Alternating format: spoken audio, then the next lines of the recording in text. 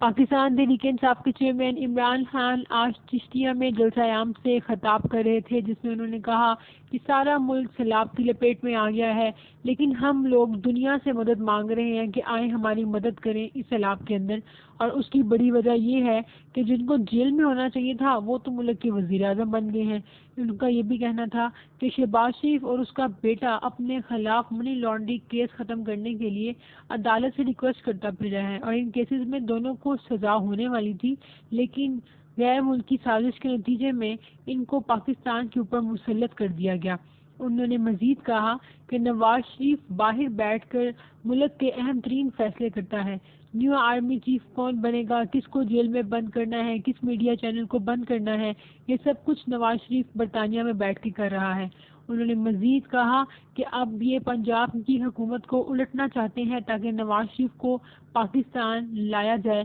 لیکن میں ان کی کسی کوشش کو کامیاب نہیں ہونے دوں گا۔ یہ لوگ چاہتے ہیں کہ عمران خان کی اور فوج کی لڑائی ہو جائے، لیکن ہم ایسا کچھ نہیں چاہتے، اور ہماری کوشش ہے کہ ایسا کچھ نہ ہو۔ اور یہ بھی کہا کہ پاکستان فوج بھی میری ہے اور پاکستان بھی میرا ہے۔